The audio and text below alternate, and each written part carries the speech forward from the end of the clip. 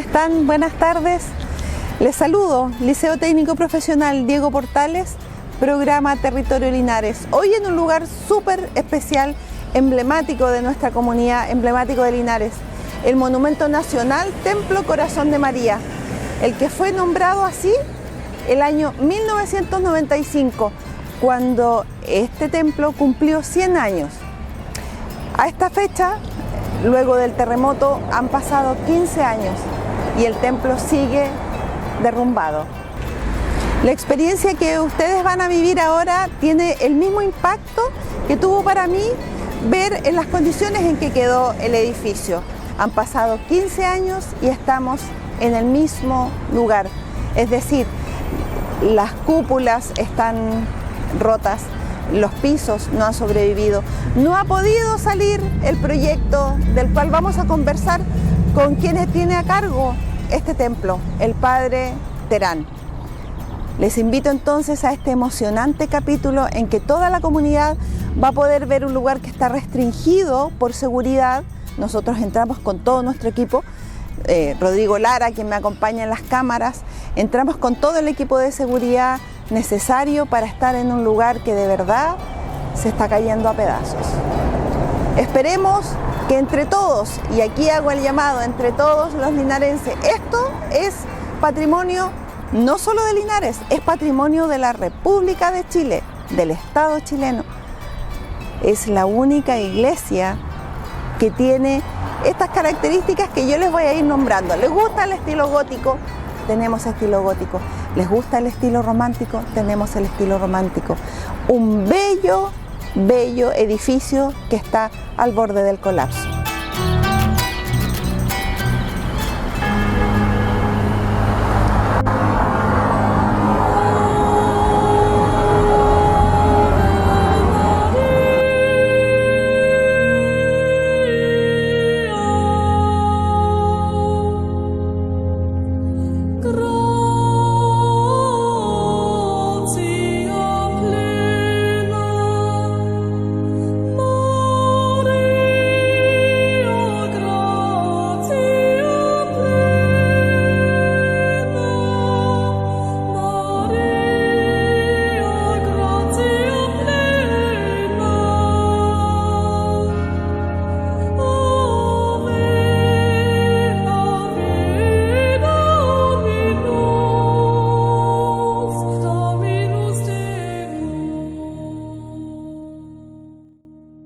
En 1870, los misioneros claretianos, fundados por San Antonio María Claret, llegaron a Chile, marcando así el inicio de su presencia en América.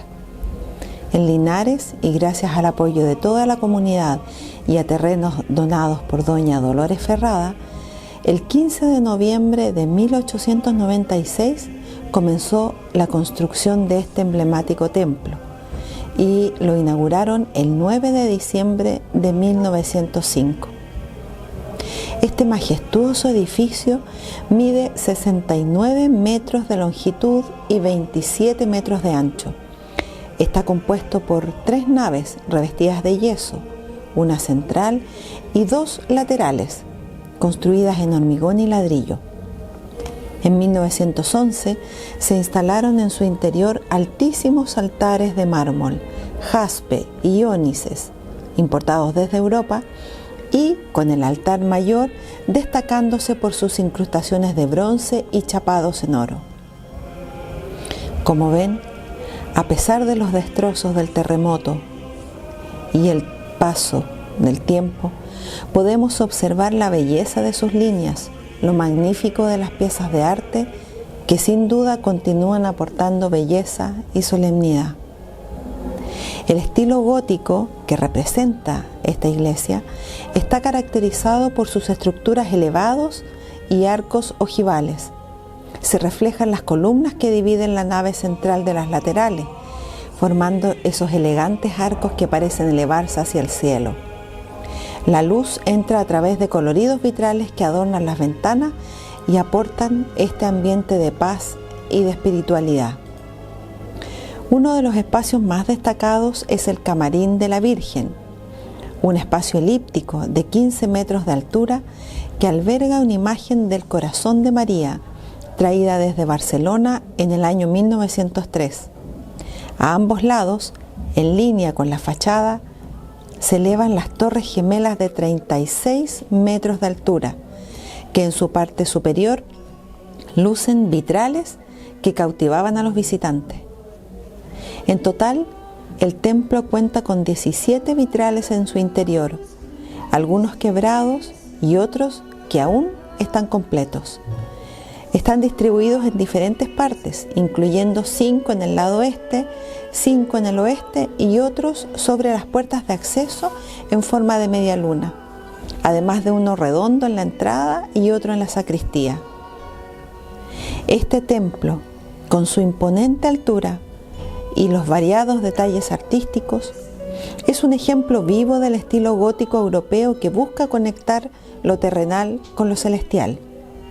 Es nuestro, es un patrimonio cultural y espiritual que sigue siendo símbolo de la historia de Linares y para el mundo.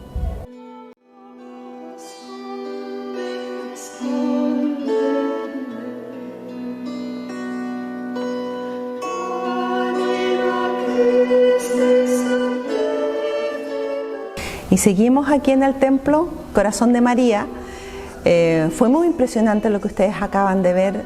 Sin duda, a muchos de nosotros nos quebró el alma, no solo por lo que significa en términos arquitectónicos, sino que mucho más aún lo que significa un lugar que aúna a tantas personas, a tantas familias que tienen muchos años de antigüedad.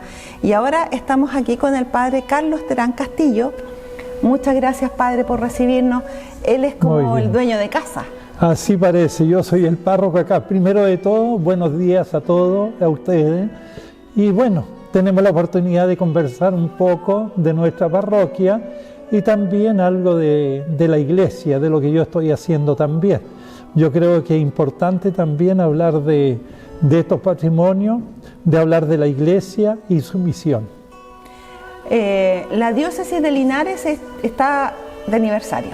Así es, cumple 100 años de la fundación de la diócesis. Y bueno, cuando esta, digamos, parroquia fue fundada ya después del 60, pero antes llegaron los claretianos acá en 1875 a una misión. Y cuando llegaron ellos todavía no era diócesis, todo dependía de Concepción y después dependía de Chillán. Y hace 100 años atrás fue fundada la diócesis de Linares. Por lo tanto, hay toda una historia que contar, una historia humana, pero también espiritual. La historia de los pueblos se cuenta a través de su iglesia y eso no es ajeno a nadie. Las iglesias son las que aunan a la familia y en este caso estamos tanto en una construcción como en una comunidad que tiene muchos años, pero a mal traer me quedo corta. Así es. Bueno, ya esta comunidad, la presencia de los claretianos, ya es centenaria.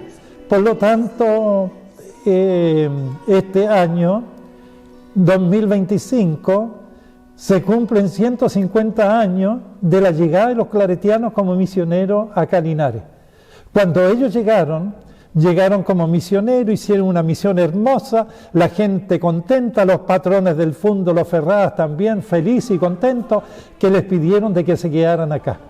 Y ellos, bueno, fueron en carretera hasta Concepción para pedir el permiso al obispo de Concepción para poder instalarse aquí en Linares.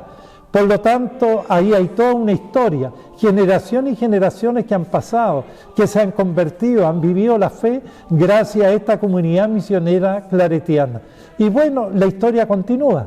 Ya los claretianos no están por la falta de vocaciones, pero ahora es la diócesis de Linares con sus sacerdotes que continúan esta misión. Es decir, si bien es cierto, esto fue construido por los padres claretianos, el convento, como se le llamaba. Así es. ahora es un patrimonio de Linares, pertenece a la diócesis de Linares, por lo tanto pertenece a la comunidad de Linares, la estructura, la gente, la comunidad. Desde esa perspectiva, padre, yo sé que usted ha hecho muchos buenos oficios, no solo usted, sino que la iglesia, personajes de Linares también sé que han hecho buenos oficios. ¿Por qué todavía, a tantos años de que este edificio se derrumbó, por qué todavía no podemos contar con un proyecto que lo remodele? Mire, ya son 15 años que han pasado y bueno, hay todo, digamos, un trabajo que se ha hecho a nivel de Ministerio de Bienes Nacionales también, porque este es un monumento nacional reconocido por ley. Entonces ya esto prácticamente no depende de la iglesia, depende del Estado, porque es un patrimonio de todos los chilenos y de una manera especial, digamos, esto es un patrimonio de la comunidad de Linares. Por lo tanto, bueno, se ha hecho trabajo, se han hecho 2 licitaciones y las 2 licitaciones han ido para atrás. ¿Por qué? La primera se hizo con 1.800 millones de pesos y cuando se hizo la licitación, esto no resultó porque las empresas, ellos piden el doble. Y después se hizo una segunda licitación con 3.200 millones. Y encontraron también que era poco, porque aquí hay un trabajo, digamos, muy minucioso en el sentido de que entra la arqueología, tiene que hacer un trabajo, eso cuesta mucho dinero, la instalación, por ejemplo, nueva de la electricidad también, la iluminación y todo eso. Y conforme, digamos, a las nuevas leyes que están saliendo para instalar. Y a los cánones modernos, porque... Así es, pues. Si conversábamos con el padre y conversábamos con Rodrigo, quien ha hecho esas tomas hermosas, lo que significa en otros países una capilla como esta, una iglesia como esta, los vitrales que tiene, ya vimos Notre Dame cuando se quemó, rápidamente se reconstruyó, porque también es una entrada económica para un Estado. Sí, miren, muchas veces han venido acá mismo del ministerio, hemos hecho reuniones, tuvimos también la comuna, los concejales, el ministerio, y cuando hay, digamos, elecciones, vienen todos acá que están preocupados, pero después pasa el tiempo y termina en nada. Entonces algo está pasando. Y hoy día no es prioridad. Hoy día todo se ve bajo un espectro político e ideológico que echa para atrás todas estas cosas, ¿entiendes? Entonces, ¿por qué la iglesia no se ocupa de esto? Yo creo que si la iglesia hubiera estado acá, habríamos hecho tremendas campañas y habríamos tratado de arreglar de una u otra manera. Pero como esto es patrimonio nacional y depende del Estado, nosotros como iglesia no podemos hacer nada. Inclusive para colocar un clavo tenemos que pedir permiso, digamos, al ministerio. Y lo otro que es medio complicado para nosotros, digamos, es, digamos, toda esta construcción de esta casa colonial, que era de los Ferrada y al comienzo de los 800. Imagínense ustedes, la única casa colonial que queda en el casco histórico de Linares. Es decir, ¿por qué? Por sus corredores y también por, digamos, la construcción de adobe y paja, barro y paja, que queda, digamos, en pie y que ha resistido todos los terremotos. Entonces, como está en el mismo rol, ¿entiendes? Nosotros no podemos hacer nada y cada día se está deteriorando más, digamos, esta casa colonial y se están pudriendo los caballetes que sostienen el, digamos, el techo. Tenemos los pilares que son de madera, que también se están pudriendo. Entonces, con el tiempo, más tiempo esperamos, mismo el templo, más se va destruyendo. Y estamos perdiendo un patrimonio. Y esto es una riqueza nuestra. Fíjense ustedes, yo cuando viajo y pasaba por Italia, yo estuve en unas capillas, en, digamos, unos templos del año 600, del 800, todo de piedra. Y se mantienen y están preocupados porque ahí hay cultura. Aquí falta cultura porque lo primero que hay, te pintan un lugar, ¿entiendes? O una casa y ya lo están rayando porque no hay ni un respeto. Y acá mismo yo creo que falta un respeto terrible contra, digamos, los bienes que pertenecen a Chile, que en el caso nuestro es nuestro templo. Y bueno, muchas promesas, pero después terminamos en nada. Hay un problema, hay otro problema y después quedamos en nada, pasa el tiempo y ya han pasado 15 años. Pero, bueno, yo siempre digo que la iglesia somos todos, pero la iglesia son las personas, es la espiritualidad que vive, pero el templo, digamos, son de cosas materiales. Las cosas materiales ustedes saben de que para Dios no es importante, pero tenemos que cuidarlo porque es el medio en que se reúne también la comunidad cristiana para encontrarse, digamos, a vivir la fe como hermanos y como hijos de Dios.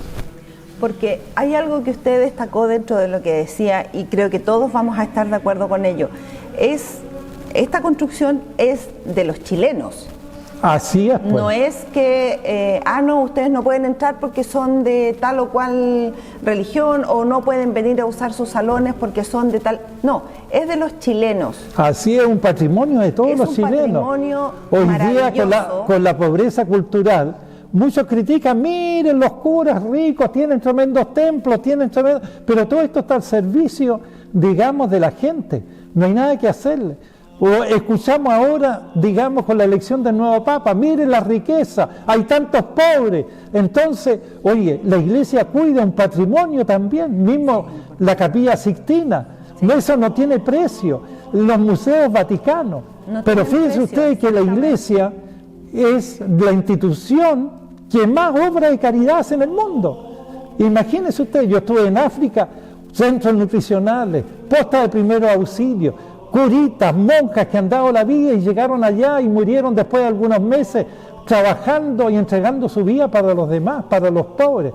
Pero eso no sale en los medios de comunicación, sale todo lo malo.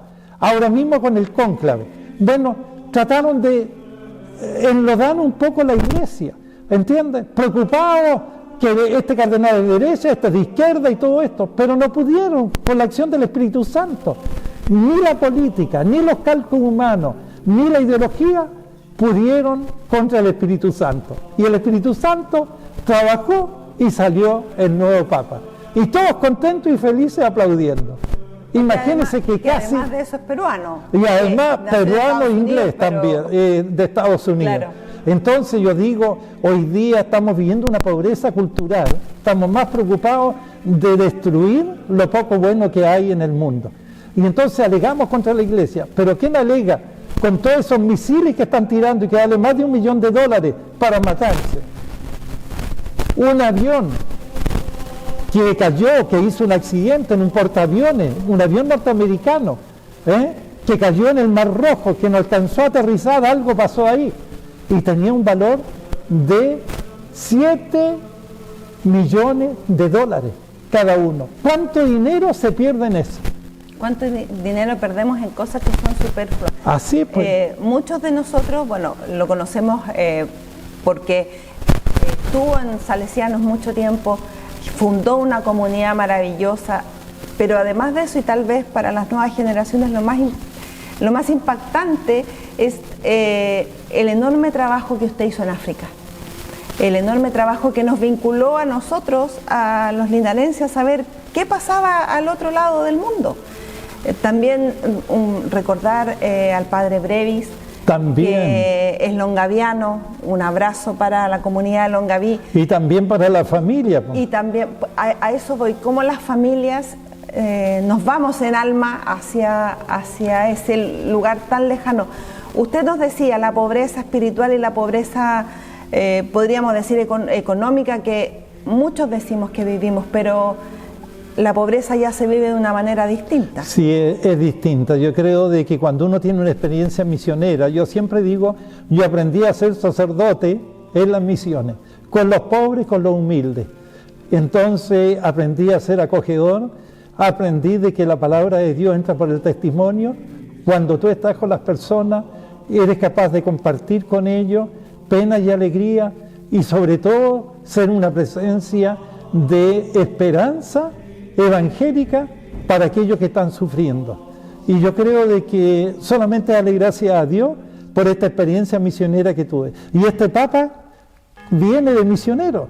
Estuve misionero tantos años en Perú que llegó a nacionalizarse y ser uno de ellos.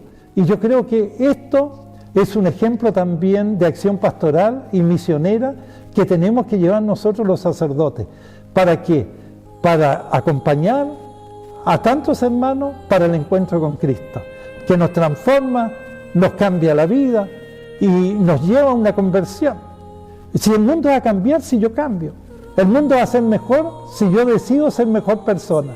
Pero hoy día estamos preocupados del pecado de los demás, queremos un poco de poder para aplastar a los demás y siempre estamos juzgando y condenando, pero nunca vemos las cosas buenas. Y las cosas buenas siempre las vemos en un funeral. Oh, sí, que era buena la persona. Pero y en vida siempre hay un pequeño, digamos, nivel de envidia, y esas pequeñas envidias se van transformando en odio y estamos destruyendo todo lo bueno. Tratemos de ser buenas personas, no optemos por lo óptimo, sino ser buenas personas, buenos hijos de Dios y ser fraternales, porque todos tenemos una misión que cumplir en este mundo. Y este mundo tenemos que dejarlo en mejores condiciones de como lo hemos encontrado, a través de pequeños gestos de amor. Si al final las cosas materiales, el Papa Francisco, a mí me encantó una vez cuando estábamos más preocupados como iglesia de las cosas materiales, ¿entiendes? Pero él sacó, digamos, esta imagen, dice, yo nunca vi en un funeral un camión de flete para llevar cosas, digamos, del muerto a la tumba. Entonces esto a mí me hizo pensar mucho, y yo creo que la única riqueza que podemos dejar son las huellas de amor y de fe. Y ese es un llamado que hace Dios, un llamado desde la fe que es transversal, que cruza todas las iglesias, que cruza todos los dogmas y que también cruza cualquier creencia, porque creer en el humano, creer en mi hermano, también es creer en uno mismo. También. ¿Será que podemos ser misioneros en nuestro trabajo, en nuestras salas de clase, en el trabajo cotidiano, a lo mejor muy pequeño, la mamá que está cocinando, el profe que está haciendo clase, el auxiliar que anda limpiando los baños? También es sí, pues es una misión también. Es una misión. Sí, yo creo de que todo ser humano tiene un proyecto. Y bueno, ese proyecto uno lucha, sueña para hacerlo realidad. Entonces uno tiene que sacrificarse. Pero cuando uno vive esos sueños, esa realidad, se convierte en una vocación. Y cuando hay vocación, eso te lleva a ser feliz a ti, junto con el entorno. Porque tú eres una luz para iluminar a los demás. Yo creo que esto es importante. Y lo otro, cuando nosotros vivimos la vocación, nos lleva a realizarnos como personas y también como hijos de Dios. Entonces, cualquier trabajo que haga, y lo hace con corazón, entiende, con responsabilidad, respetando a Dios y respetando a las personas, tiene sentido también lo que somos y toda nuestra acción. Todo, cuando uno piensa en iglesia, piensa en lo macro. Sí. Pero también los pequeñitos, estas pequeñas capillas, porque esto al lado de una gran iglesia es una pequeña comunidad, sí. Pero todas estas comunidades que crecen al alero de las iglesias tienen una notable función social. Así es. Si hay alguien que quisiera integrarse, que quisiera venir a, por ejemplo, yo sé que llama mucho la atención a los jóvenes el grupo de Giuliano Merisi, que sí, es muy querido en la comunidad. Ellos pueden acercarse acá, las mamás, a lo mejor los papás profesionales que estén queriendo cumplir una misión. Sí. Tal vez no una gran misión, pero siempre son necesarios. Sí, mire, el apóstol Santiago y San Juan dice que la fe sin obra no es fe. Por lo tanto, la iglesia donde esté, bueno, estamos llamados nosotros a hacer vida y a vivir el mandato que nos dejó el Señor. Se lo entregó a los discípulos en la última cena. Fueron las últimas recomendaciones que les dejó. Y les deja este mandato: ámense los unos a los otros como yo los he amado a ustedes. Es decir, estamos llamados nosotros a amar a Dios y amar y respetar y ser solidarios con nuestros hermanos. Si una comunidad solamente reza y no se preocupa del hermano, no tiene sentido nuestra fe. Por lo tanto, ese encuentro con el Señor nos va a llevar siempre a pensar en el hermano. ¿Para qué? Para ayudarlo, levantarlo, acompañarlo a través de pequeños gestos y grandes gestos de amor. Y la iglesia, en el caso nuestro, nuestra parroquia, para Navidad, bueno, 50 cenas de Navidad para familias pobres. Estamos continuamente ayudando a gente de la calle. Estamos dando también cajas familiares, pero para esto motivando a la comunidad a ser solidaria. Tiene sentido nuestra vida cuando tú amas a Dios, pero amas en concreto también a tu hermano. Y yo aprendí con la experiencia del África, digamos, de compartir con los hermanos la palabra y el pan. Ese es el lema que yo escogí como sacerdote, para compartir la palabra y el pan con los hermanos. Es decir, llamado a evangelizar, pero en concreto a estar con los brazos estirados y abiertos para ayudar, acoger y amar a nuestros hermanos. Ese es el sentido también de mi vida como sacerdote y también como misionero. Entonces, tenemos la oportunidad, y aquellos que quieren, bueno, hoy día se necesita gente valiente. Hoy día todo es cálculo. Inclusive cada día hay menos gente que se casa. Y bueno, esto tiene que hacernos pensar. Antiguamente se casaba la gente y arriesgaba su vida. Pero hoy día, ¿va a resultar o no va a resultar? Hay que ser valiente. Si no resulta, bueno, nos vamos a casar con separación de bienes. Entonces siempre un cálculo. Y todo en función de cosas materiales, el dinero y propiedades que uno tiene. Pero yo creo que el verdadero amor, digamos, no podemos calcularlo, solamente entregarlo. Y amor es lo que nos motiva a nosotros en el Liceo Técnico Profesional Diego Portales. Amor por el conocimiento, amor por los jóvenes y sus destinos, porque nosotros creemos que podemos cambiar el mundo. Y cuando vamos detrás de los chicos, cuando en las aulas los profesores están trabajando con ánimo, es por eso, porque creemos que la educación cambia el mundo. Y ese es el amor que nos moviliza, el amor por la educación. Padre, dentro de toda la gestión que se hace en un templo, en una capilla, está sin duda, y creo que es súper importante, que son la memoria de la comunidad. La memoria por los registros históricos de defunción, de nacimiento, registros de matrimonio que se llevan, o se llevaban por lo menos hasta hace unos años, de manera escrita, así manual, y en muchos casos con muchos siglos de antelación. Ustedes siguen siendo los guardianes de ese tesoro. Sí. Bueno, aquí llegó la comunidad claretiana, que era una comunidad religiosa, que no era de la diócesis. Entonces vivió esta comunidad al servicio de la diócesis, para la evangelización y la misión. Y esto se transformó en parroquia como el año 60, más o menos. Pero antes, los claretianos, bueno, como usted dice, tienen toda, digamos, una experiencia, una historia escrita a mano también, pero esos registros los tiene la congregación, ¿entiende? Entonces, desde que comenzó parroquia, esto del año 60, los registros los tiene el obispado de Linares. Pero anterior a eso lo tienen los claretianos. Inclusive el proyecto de digamos, del templo parroquial que se va a construir como patrimonio. Entonces ellos tienen todo eso, esa documentación. Ser guardianes de la memoria de una comunidad, de la memoria de un pueblo, o de la memoria a lo mejor en una pequeña capilla en un barrio, también es súper importante, y es parte de lo que la Iglesia ha hecho a lo largo de toda su historia, ser la memoria de los hechos que no se olvidan, y ser la memoria también, como vemos en este caso, de una forma de arquitectura que es muy notable, porque es una de las pocas iglesias de estilo gótico que hay en Chile.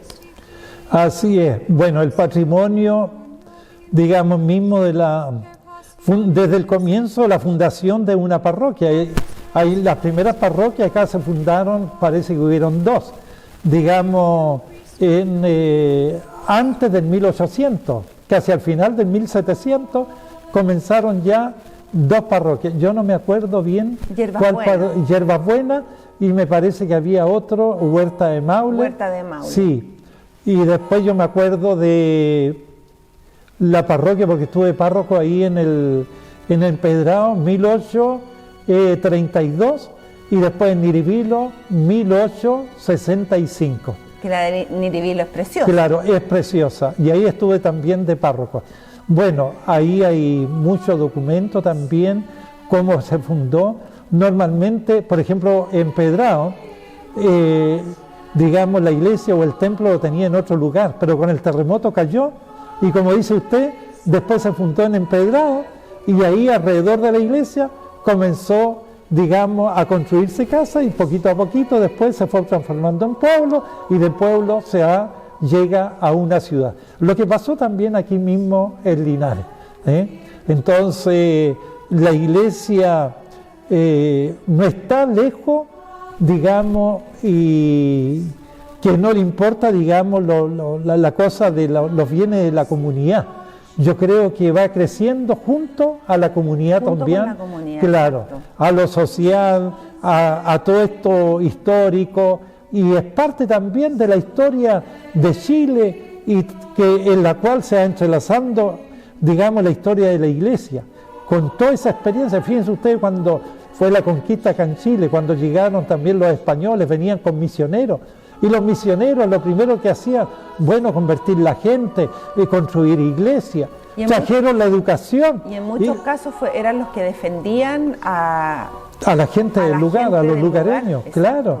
Y lo otro, por ejemplo, la universidad, la primera universidad, ¿quiénes la trajeron? Los trajeron los sacerdotes, que, bueno, para dar educación. Entonces, para civilizar y junto con esto, digamos, educar también a la gente y no solamente predicar. Entonces, en el caso mío también allá de dar comida, dar educación, y todo esto tuve que hacerlo allá, yo creo en África. Así que yo creo que es parte y responsabilidad también, y parte de la misión nuestra y de la acción pastoral.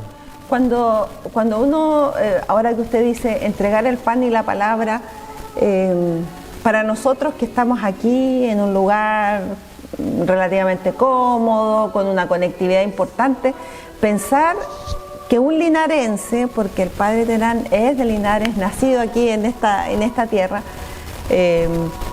viaje tan lejos por amor, entregue toda su vida por amor al prójimo, también nos hace pensar cómo no solo este templo que se ve a lo mejor tan impactante, tan lujoso, tan bello, pero está lleno de humanidad. Así es. Eso es lo que mueve a una iglesia, la humanidad. Yo creo que sí, porque el centro es el ser humano, la criatura de Dios, ¿entiendes? Que hay que evangelizar, y bueno, en la sociedad que vivimos no todos tienen la misma oportunidad, entonces hay ricos, hay pobres, y bueno, tenemos que ayudar también a levantar al pobre, a educarlo, y que tenga su dignidad y sea respetado también. Yo creo que eso es humanidad. Hoy día estamos perdiendo la humanidad, algo está pasando. Y bueno, ¿y cuál es el motivo? Que hemos perdido el respeto a Dios, a las personas y a la naturaleza. Una señora me decía desesperada un día: padre, este fin de semana 14 muertos en Santiago y descuartizados.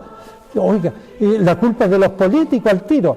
Entonces le dije yo: no solo de los políticos, la culpa es de todos nosotros. Pero ¿cómo? Yo soy una buena mujer, rezo, y cuando puedo ayudar ayudo, rezo las novenas, el rosario y todo, voy a misa el día domingo. Y le digo yo: no, es culpa de todos nosotros, porque nos hemos alejado de Dios. Y cuando nos alejamos de Dios, bueno, y Dios no está en nuestro corazón, tomamos malas decisiones en nuestra vida y después nos quejamos. Yo creo que tenemos que recuperar la humanidad. Y ser valiente al recuperar la humanidad también tiene que ver con decir palabras de amor. Yo creo que no solo sí. decir tú te equivocaste, sino que decir palabras de amor. Yo creo que sí, porque hoy día muchas veces pensamos de que los otros son los malos, los otros son los pecadores, los otros son los delincuentes, y nunca tenemos la oportunidad de mirar nuestro corazón. Gracias a Dios que para prepararnos para la Semana Santa tenemos 40 días de Cuaresma, no para mirar los pecados de los demás, sino para mirar nuestro propio corazón, para convertirnos y seguir a Cristo. Conviértanse y crean en el Evangelio. Y una vez que escuchemos la palabra de Dios, vamos a cambiar el mundo. Pero hoy día estamos sordos espiritualmente para escuchar la voz de Dios. Hoy día siempre estamos pensando de que somos felices teniendo cosas materiales. Y vivimos en un mundo lleno de ruido. Yo comentaba cuando ingresamos al templo, que si bien es cierto está derruido, está en muy malas condiciones, hay una tibieza que es difícil de expresar. Así es. Hay una sensación de cobijo, de calma dentro del templo. Está muy silencioso. El jardín central de esta casa, digamos, que está adosada a la iglesia, es muy silencioso. Y claro, cuando uno hace silencio, puede escuchar una voz de Dios. Sí, yo creo que el silencio y necesitamos hoy día, como dice, hay mucho ruido en todas partes, no nos escuchamos, hay un individualismo tremendo por las redes sociales, estamos más preocupados y todo esto es lo que está pasando y bueno, no nos comunicamos, no nos miramos a los ojos. Por eso digo yo, estamos perdiendo la humanidad. Entonces parece que no sentimos el problema del otro, de que el otro está sufriendo. Es terrible cuando hay una persona postrada en una casa y alguien va a misa y todos los domingos y sabiendo que hay una persona vecina que hace 7 años que está postrada en su casa y nunca se preocupó y después dicen falleció tal, no le puedo creer. Y queda sorprendida. Entonces significa que nunca preguntó a la vecina cómo está su mamá, ha sanado, cómo se siente y bueno, está faltando todo eso. Yo creo de que tenemos que cambiar el mundo y el mundo lo vamos a cambiar si yo cambio. El mundo va a ser mejor si yo decido ser mejor y hay que nadar contra corriente. El mundo nos está llevando a otro lado, nos está poniendo más materialistas. Y no somos felices teniendo cosas. Y cuando no tenemos paz en nuestro corazón, es inútil. Busquemos esa paz, esa verdadera paz que viene de Dios. Esa paz que tú la sientes en el corazón. Y en ese momento te transformas a ser ese instrumento de paz y de amor para tu entorno, porque vas a ser una luz. Y ese encuentro con Jesús nos cambia la vida, nos purifica y nos da una misión. Y la misión más notable, a mi entender, es educar. Yo creo que sí, hoy día a los niños, bueno, se está perdiendo todos estos valores. Yo cada vez que hago un bautizo, llamo la atención también a los papás, a los padrinos, a los adultos, de preocuparse de la educación de sus hijos. Un niño que a los 5 años, con berrinche, pierde el respeto a los papás, después no respeta a nadie. Y no se sorprendan que día por medio el inspector del colegio tiene que estarlos llamando a los padres apoderados, a los papás para colocar cara. Y a veces los apoderados son peores que los hijos. ¿Usted ha que cometen trabajado toda la vida con jóvenes? Siempre con educación. Y hoy día el gran problema que tenemos de que hay jóvenes que están solos. Necesitan un poco de cariño, ser escuchados. Y cuando tiene esta oportunidad, a través de este grupo de voluntariado que fundé cuando llegué de África, me di cuenta de eso.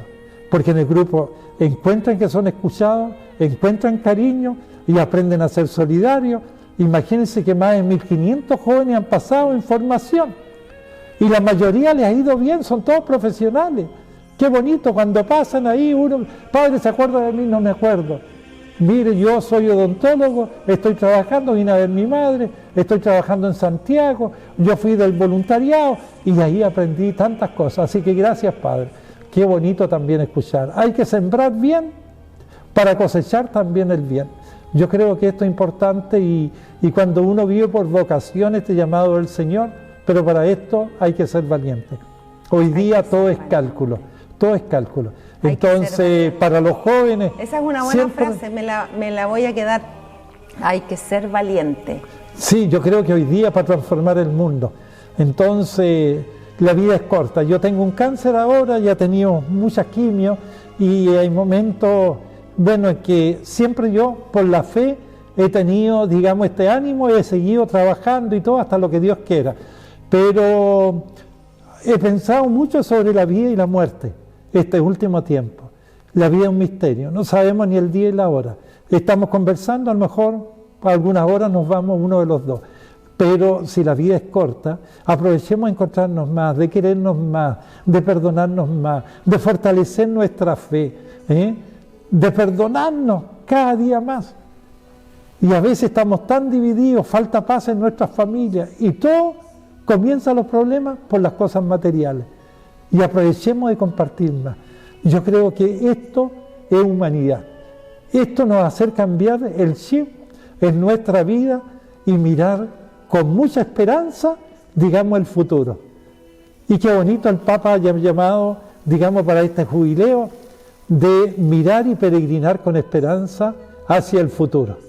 Y yo creo que tenemos que aprovechar el tiempo, la vida es corta y sobre todo tratemos de ser felices y tratemos de hacer feliz a nuestro entorno, siendo esa luz que no tiene que apagarse para poder iluminar a nuestros hermanos.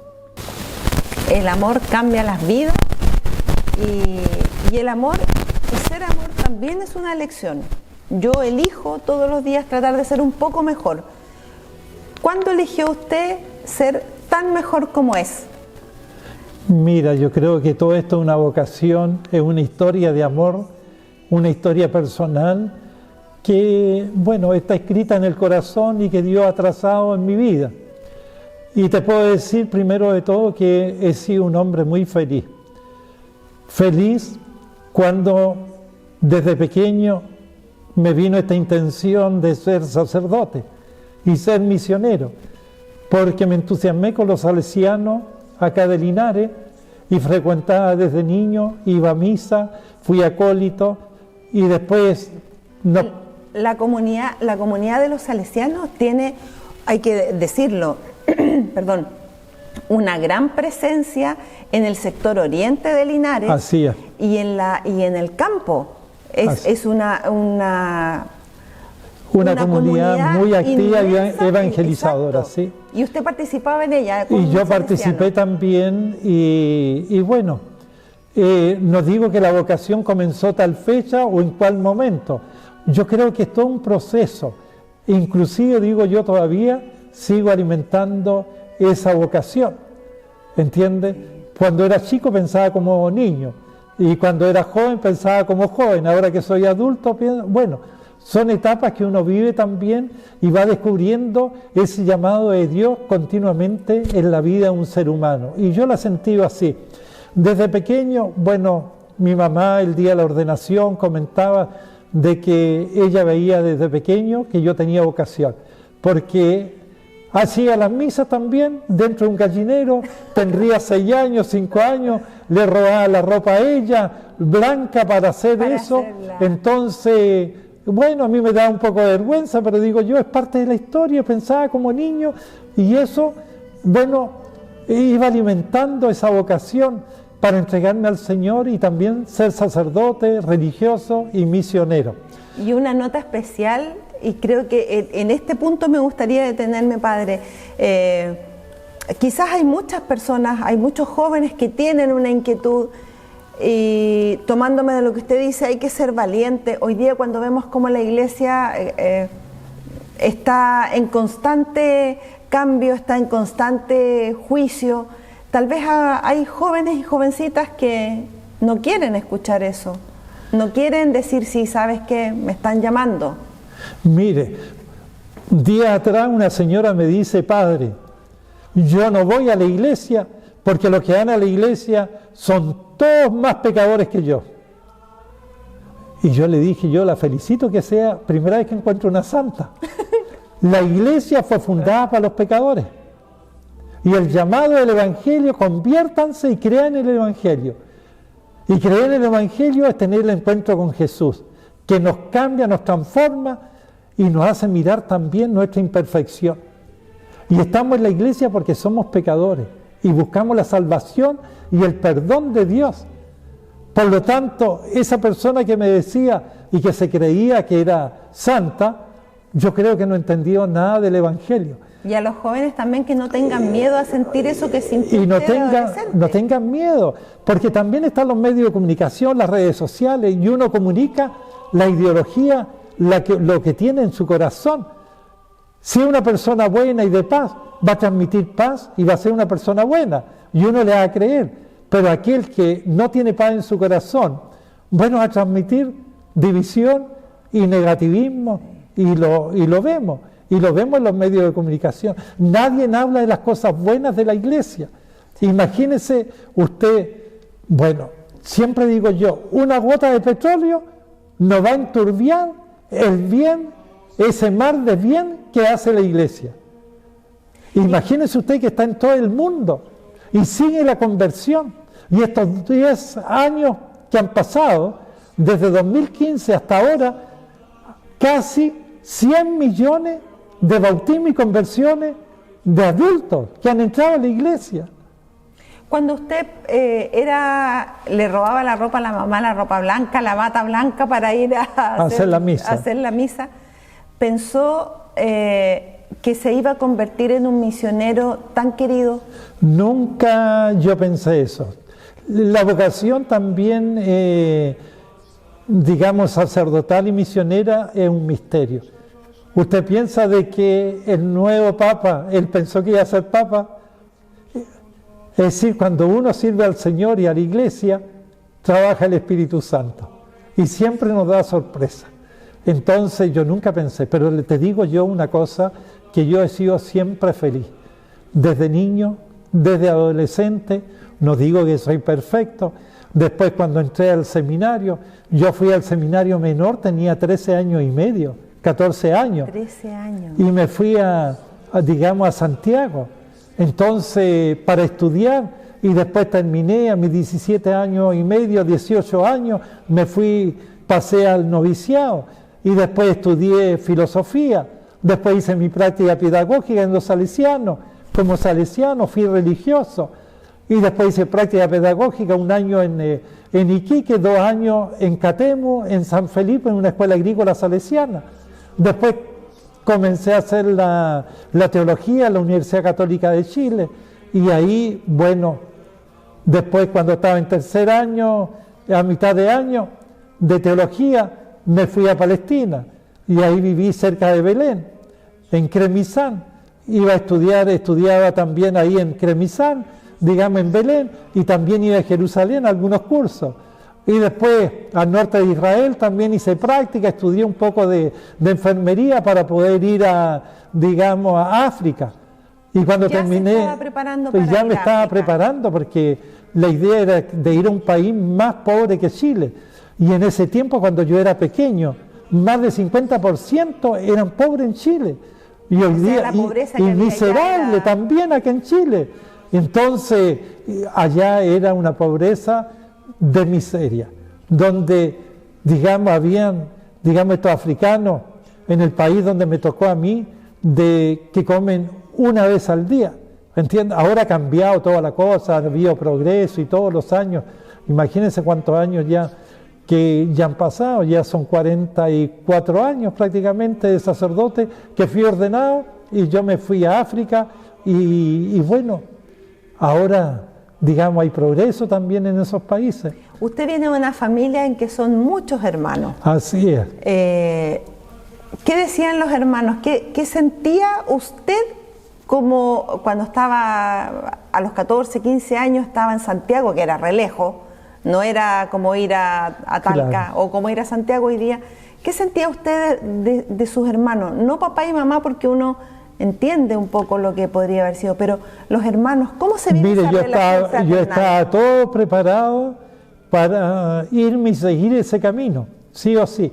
Mi papá quería que yo fuera médico y había terminado mis estudios también y me fue bien y todo, médico, y bueno, al final tanto insistí a mi papá, yo hice un retiro cuando terminé, digamos, la educación media, la humanidad en su tiempo, y le dije yo, mira, voy a quedarme en Santiago, voy a ir a los benedictinos para decidir. Tuve 5 días y bueno, desde el principio yo sabía lo que yo quería y llegué para Navidad y le dije a mi papá, mira, yo ahora en enero me voy al seminario, me voy al noviciado, así que yo voy a continuar este camino. Este es el camino y yo quiero ser feliz.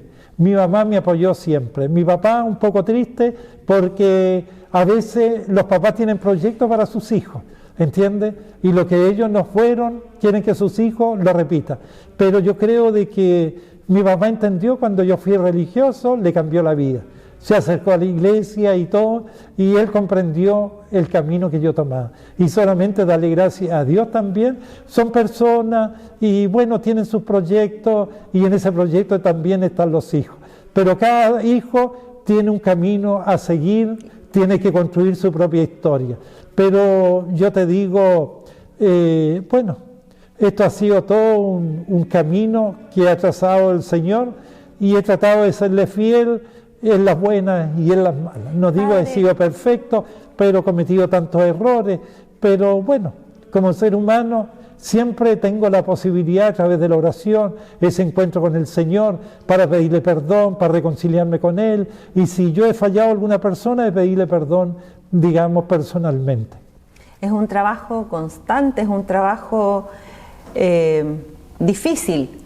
Difícil lo mundano y lo divino juntarse en una sola persona, porque estamos en un mundo que no podemos soslayar el hecho de que tenemos necesidades, tenemos gustos que pueden ser a lo mejor muy sencillos, pero también tenemos una necesidad imperiosa de Dios, y a veces esas dos cosas como que nos cuesta conciliarlas. Así es. A mí me ha tocado acompañar mucha gente que inclusive cuando ya están cerca de la agonía o un cáncer terminal, gente que se confesaba siempre y decía yo no creo en nada.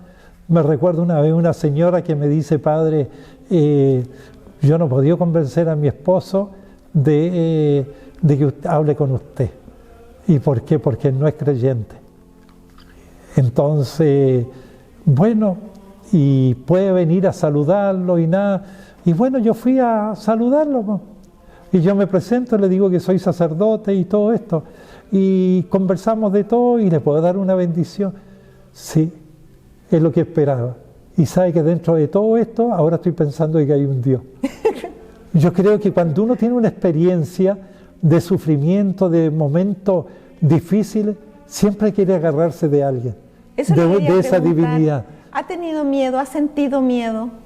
Yo no he sentido miedo, inclusive hablo el proceso que estoy viviendo, yo estoy entregado, yo sé de que un día para otro tengo que irme, ¿entiendes? Lo único que le pido a Dios es que no sufra mucho o tantos dolores, pero no tengo miedo a la muerte, yo sé que es un proceso, yo sé que estamos de paso. Eso es algo que nunca hablamos y que no preparamos a los jóvenes, a los niños, a los jóvenes, a los adolescentes, no los preparamos para la certeza de la muerte. Claro, eso pasa, pero bueno, es la realidad.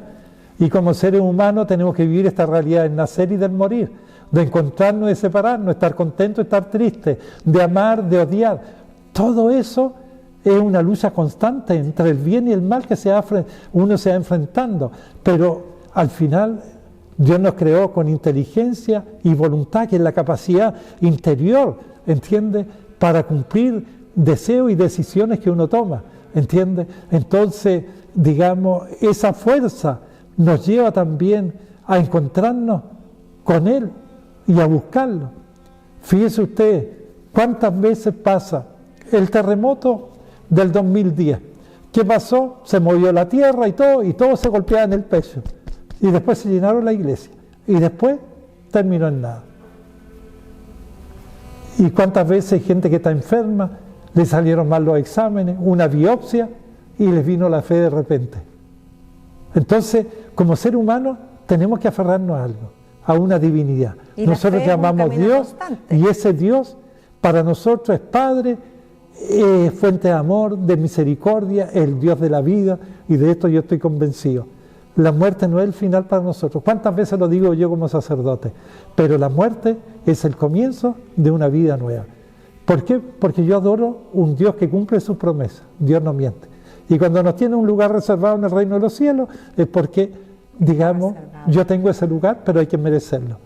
Y para merecerlo hay que dejar huella de amor y de fe, con pequeños gestos de amor. Cuando yo les decía que el edificio al que habíamos entrado tenía un calorcito, que se sentía que a pesar de estar derruido como está, no estaba solo, es porque efectivamente no estaba solo. Sigue siendo habitado por el amor de la comunidad y, más importante, sigue siendo habitado por el amor de Dios. Que sea de la doctrina que sea, cuando uno cree en un ser superior, claramente la vida cambia. Así es. Agradecemos infinitamente esta enorme conversación maravillosa que partió de algo tan tangible como un templo y terminamos en algo tan importante como el espíritu humano y el amor de Dios. Se lo agradecemos infinitamente, Padre, que nos haya acompañado en este viaje, que nos haya permitido ingresar, que hayamos hablado de cosas que son importantes, de la fe, del amor, de la perseverancia, del amor al otro. Le agradecemos muchísimo y le agradecemos la compañía que le hace a tantos jóvenes que de pronto pueden andar perdidos y de nuevo vuelven al carril y se salvan finalmente de las calles y del dolor. Le agradezco, Padre, y las cámaras son suyas para enviarnos un Muy bien, muchas gracias a todos ustedes. Y bueno, todos tenemos una historia, digamos una historia de vida en la cual Dios tiene que estar presente. Y con Él tiene sentido nuestra vida y nuestro caminar. Recuperemos la humanidad.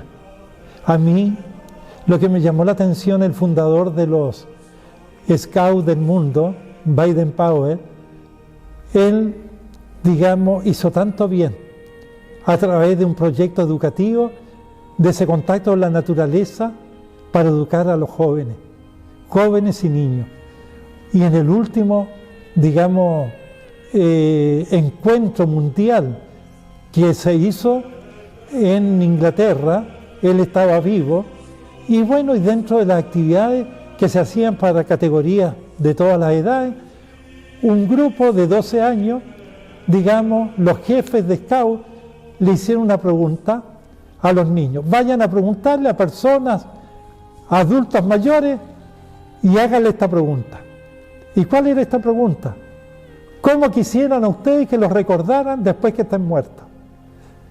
Y fueron los niños a preguntar. Y uno le preguntó al fundador de los Scouts. Y dice, a mí me gustaría que me recordara de que dejé este mundo en mejores condiciones de cómo lo hemos encontrado. A mí me encantó eso.